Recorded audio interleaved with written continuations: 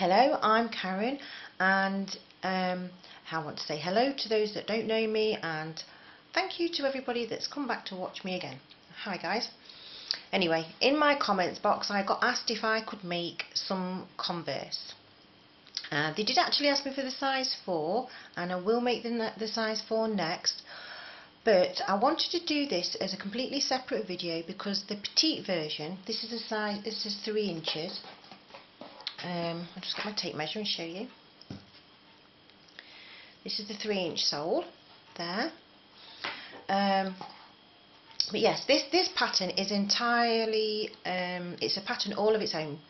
This one doesn't grow. I couldn't increase the sizes by starting off with this particular base pattern. So in my other videos, what I'm going to do is I changed the sole slightly to help with increasing the sizes, so I'm going to do some separate videos explaining that. I'm also going to give you a little bit of a history lesson of the Converse, because I thought it was kind of interesting what I discovered about the Converse shoe. And so when I'm doing some sewing in bits, I think it's in part 4, I will explain that. And because I'm me and I like to add my own little touches to things, I actually changed so that you actually can have like a nice trendy little trainer kind of slipper, and also one that looks more like a shoe. I think these are really, really nice and cool and very, very smart. They are exactly the same pattern. So what I'm going to do is in my video I'm going to show you how I actually make this particular style. I will also show you how to do the shoelaces as well, I'm not mean. But they are exactly the same size. The only difference that makes them slightly different is actually the thickness of the yarn. So this one is definitely more of a baby yarn, and because I love this silver grey, it's actually it's still a nice yarn. It's probably made more for adults' clothes, but it's still nice and soft. So it does give it a slightly, very, very slightly, sort of about a millimetre or 2 millimetre difference, that's all. I've also done them in pink, so that they look cool in pink for the little girls. Silver grey is actually quite a universal colour. And if you want to put your little baby boy in pink, that's entirely up to you. I'm not against any of that, but it seems to be quite common that when you've got a newborn baby that you put your little girl in pink so that people know that you've had a girl, and your little boy in blue. But in history shows that pink actually was originally a boy's colour. I've also done them in green. Sorry. Anyway, I did actually sit and watch lots of other videos and to see how everybody else was making them, and I noticed that there was a common theme going off. Essentially, it's the same. It's the same sort of working. Sorry about that. But in their videos, they actually use a really, really tiny hook, and I can work with it. Don't get me wrong, but I find it a lot easier to do my baby ones in my 4mm hook. So I'm going to be using a 4mm hook, which is actually less stitches, but I did find that I thought that the sole was a bit floppy, which is why I added the double sole to give this nice firm feel to them, so they're nice and stiff and sturdy and sort of got a little bit of oomph about them. So less of my waffling, let's begin. I'm making the videos in separate stages, so it's really easy. I'm going to tell you how to work up a pair. I will show you just one, but I want you to work up a pair together, because it actually is so nice to have the two finished together rather than having just the one and then starting again. Because when you're doing the toe area, I found, I don't know whether you're the same or not, but I found that depending on when I've crocheted, sometimes I crochet in a slightly different tension, and so it affects the toe when you're doing the toe. So definitely do that section there together when you're doing the tongs. Okay, so we're going to begin with making, going to do the sole. I can't really show you on that one. Actually, I've got one ready made, look. We're going to make this bit. This is the actual, what we call the base. and then we're going to build up from there. Okay, it's only 4 rounds long. It's really quick and really easy, and I hope you enjoy it. So let's begin. I'm going to begin with my magic loop, and with my petite sizes I like to begin with a chain of 9. 1, 2, 3, 4, 5, 6, 7, 8, whoops-a-daisy, 9. Round 1, into the second chain from the hook, 1, 2, we want to work 3 single crochet. Now I like to go underneath one loop down one side and one loop down the other, but it's entirely up to you how you choose to do this. So it's 3 single crochet in the second chain from the hook. That's 1, 2, 3. Single crochet in the next 2. 1, 2. Half double crochet in the next 2. 1, 2. Double crochet in the next 2. Oops. 1,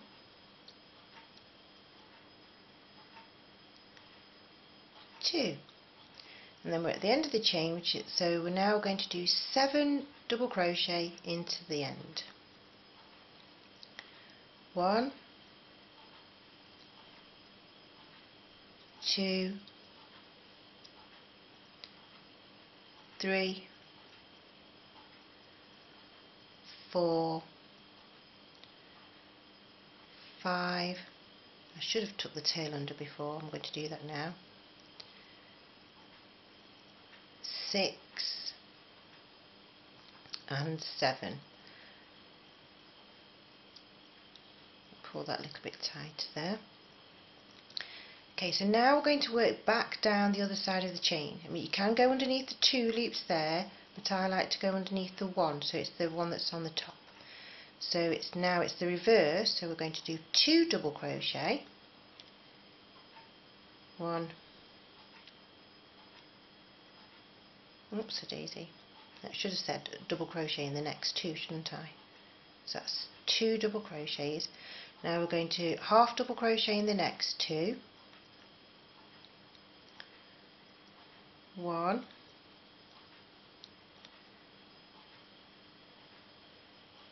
2, single crochet in the next 2. 1, 2, and for those of you that have watched my other videos, you know I don't like to work into this hole here. There is actually a little bit of a loop there of part of the hidden chain of when you did your beginning chain, which I like to work in that back piece just there. It helps give you that nice crisscross pattern across the bottom, and we need to work 2 into the last. And then we're going to slip stitch into the first single crochet just there to join, and that's the end of round 1.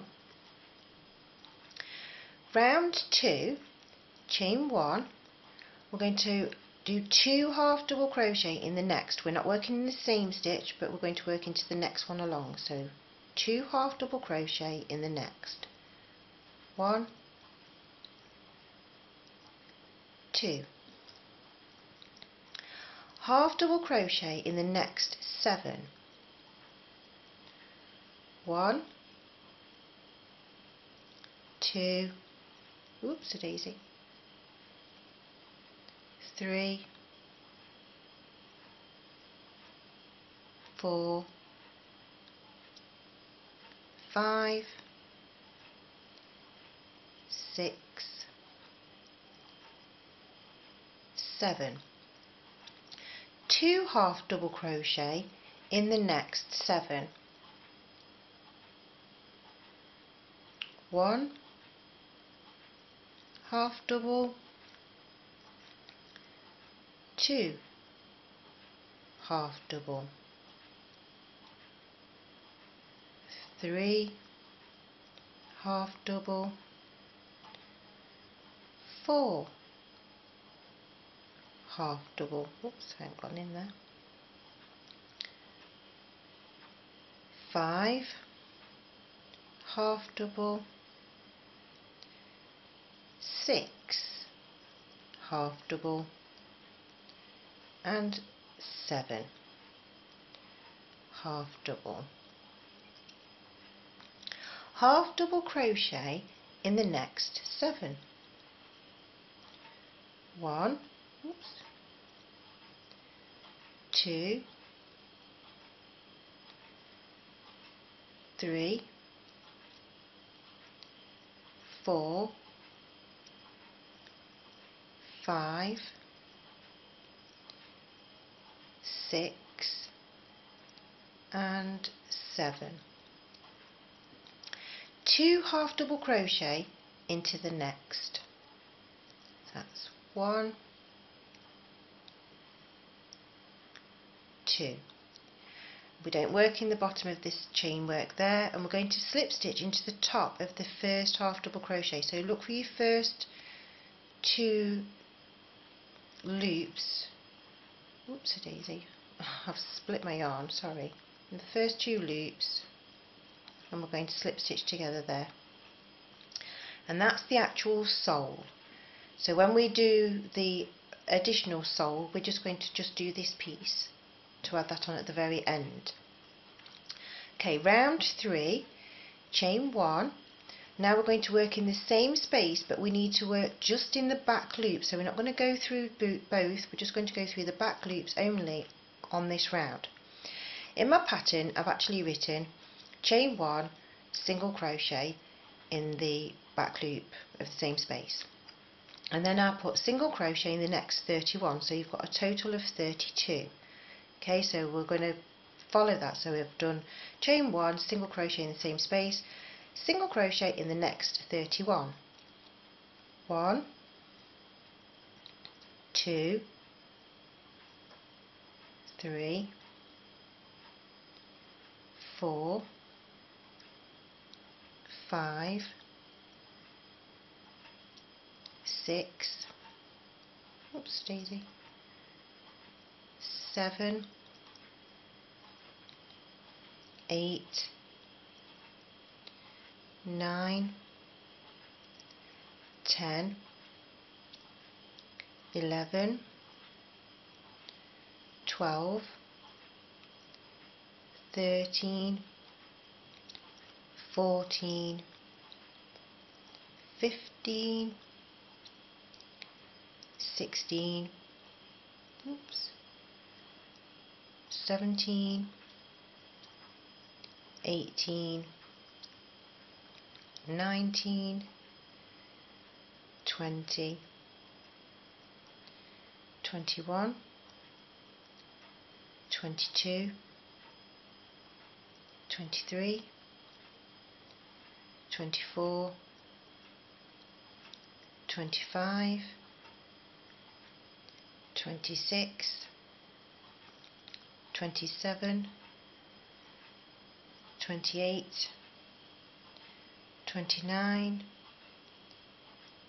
30 and 31, and including that one that we did at the beginning, that gives us a total of 32.